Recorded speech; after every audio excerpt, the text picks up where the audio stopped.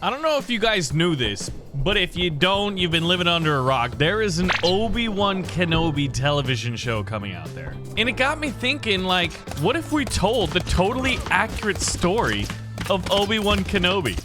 One of the places it starts is at a giant pit in the ground, where our handsomely bearded friend Obi-Wan was joined by his mentor, Qui-Gon Jinn, who kind of looks like a surfer, bruh, with some Jesus hair, man. But they had to fight a red-faced, horn-tattooed guy named Darth Maul. Oh my God, Qui-Gon, that's not how this is supposed to happen. How did you not break your neck? I'm pretty impressed, though. He's not dead. Oh, no. Wait a minute. This is the totally accurate story of Obi-Wan. He'll be fine, right? Is it like Gandalf where, you know, when they fall down, they like come back up in the next movie? Let's try that again. Oh, now it's Qui-Gon's turn. Okay. Clearly Darth Maul is a little bit overpowered, but eventually he got cut in half and fell down a giant trash chute. And our hero, Obi-Wan, who was bravely running away, moved on to his next chapter. Begun the Clone Wars have. Wait a minute. How did they begin, Yoda? Weren't you paying attention? Oh, wait. Attention, weren't you paying? I can't talk like Yoda. The Clone Wars started on the planet of Geonosis in the arena, where Padme Amidala, Anakin Skywalker, and our boy and hero, the coolest character in Star Wars, but Boba Fett has the cool helmet, and Obi-Wan had to fight a bunch of monsters. This is the totally accurate giant spider thingy. This is the totally accurate rhinoceros looking thingy. And this is the totally accurate, like, angry cat looking thing, you know? Because that's kind of how it was. And Padme's got a gun. Because didn't she get a gun? I forgot how she got a gun. She got a gun off some clones. Did you? Oh my God, I thought Padme just... Jeez! What kind of lasers you got loaded in there, Padme? That thing's, like, against the Geneva Conventions. Or the Geneva Suggestions, depending on, you know, where you live in the world, I guess. But the Geonosians got really mad that their monsters died. She can't do that. Do something. And when you know it, from all the little side gates, like, battle droids decided to, like, surround them and cause, like, a lot of mischief. And apparently Anakin doesn't like getting shot by lasers. And he starts to use his lightsaber like a ding-a-ling. But it's working, I guess, you know? It's a totally accurate way. This is what happened in the movies. And clearly, as you can see, they weren't much of a match, like, or they wouldn't have been for all the droids, because guess who interceded just before the battle happened? Mace freaking Windu. Oh, yeah, and there was the other guy. You know the other guy, right? He's very distinctive. Don't you know Kayada Mundi? He's got a literal boot on his head. This is the totally accurate Kayada Mundi. Okay, that's clearly not enough, because don't you remember that there was all the other guys too? You got that chick that wasn't Ahsoka Tano, but we're gonna use Ahsoka Tano because she's cool. And we got little Yoda, which is totally accurate. And then there were a lot of other Jedis. But here, in our totally accurate rendition, they're gonna be represented by Ewok archers. Because I think it's amazing. Oh my gosh. Who gave the B-1 battle droids Belgian-made P-90 submachine guns? That doesn't seem very fair.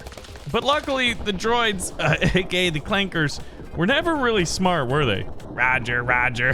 They're literally walking off the cliff and ending their own lives that way. I think that is incredible. And Ewoks, I don't know.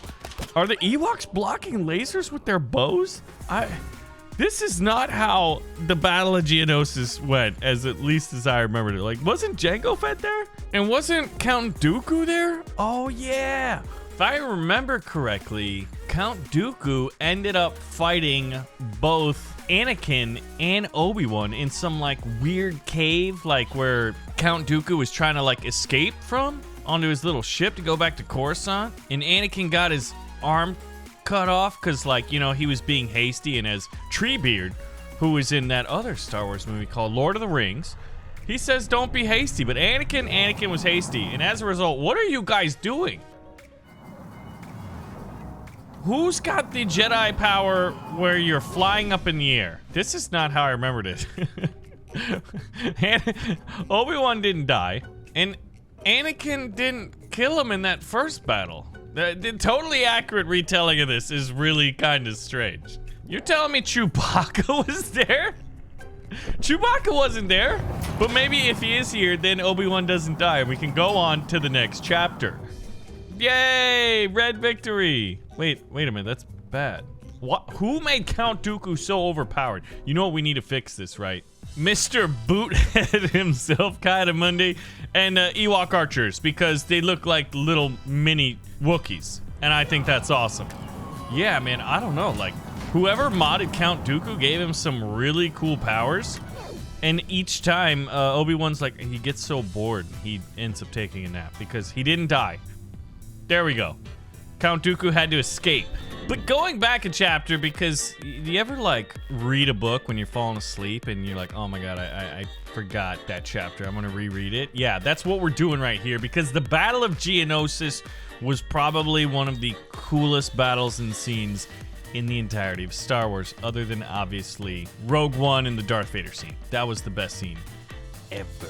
But like, look at some of the droids that they had. They got these funny looking tanks. You got like the big boom boom cannon with, what is that? They had the giant spider droids. But the clones had some cool stuff too. I mean, the clones look freaking awesome, and they had those giant artillery pieces. But remember when the little guy said begun the Clone Wars had? Yeah, it kind of looked something like this. The battle spilled over outside of the arena, and a huge land battle happened.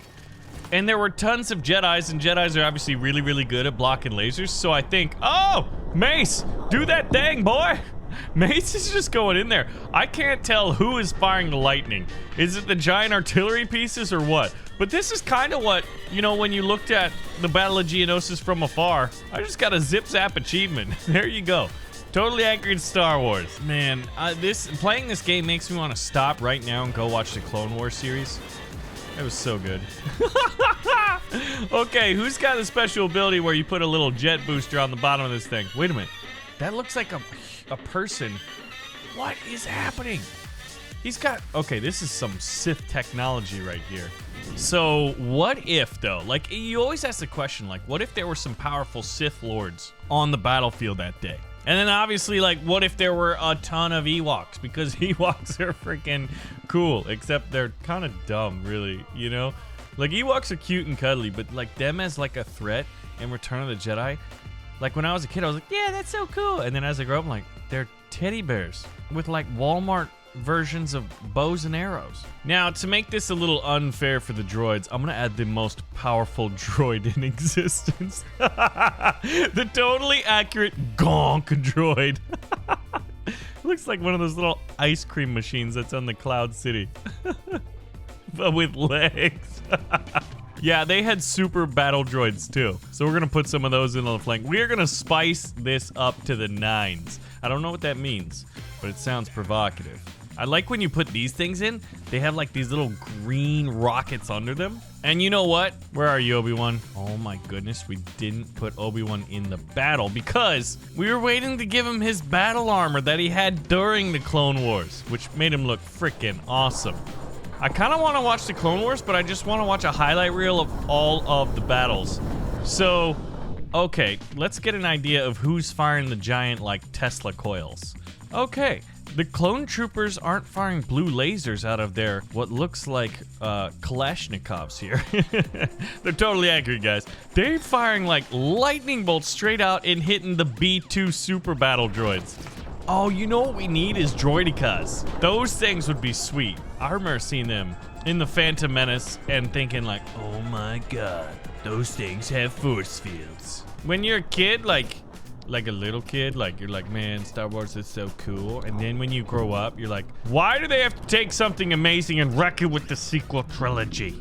Yeah, totally accurate. Battle of Geonosis.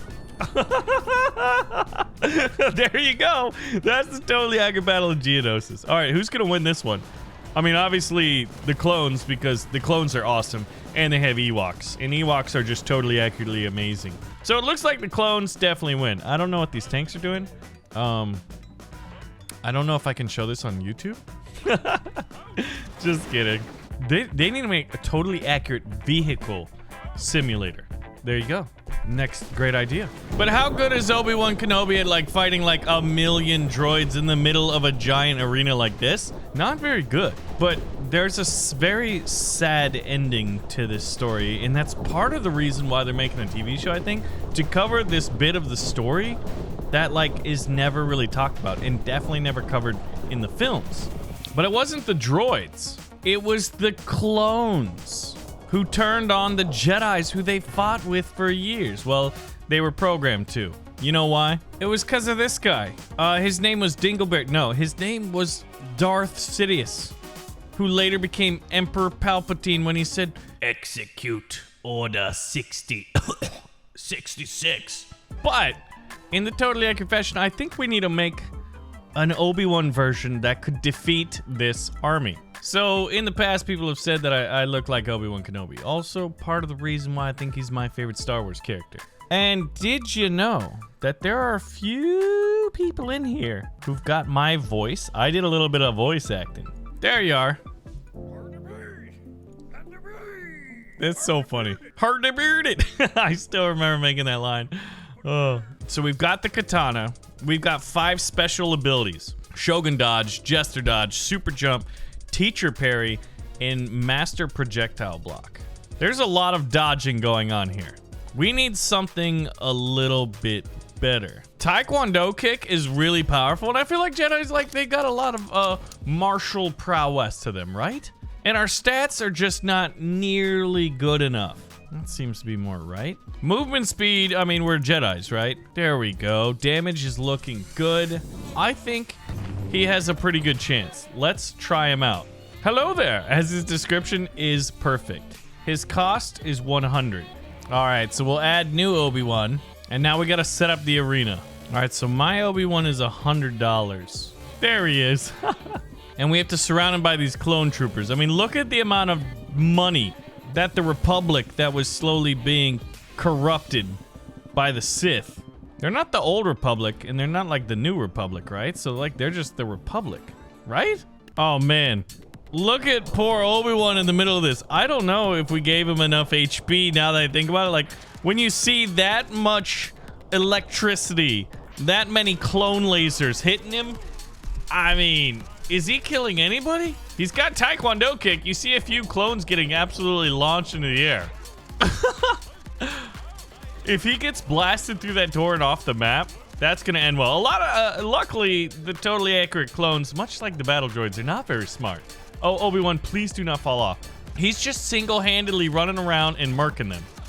Okay, there's a lot less people to fight over here. Yeah! Killed him. Oh, no! Okay, what we need is maybe a little bit of help from our friends. And no, not the other Jedis. I'm talking Ewoks.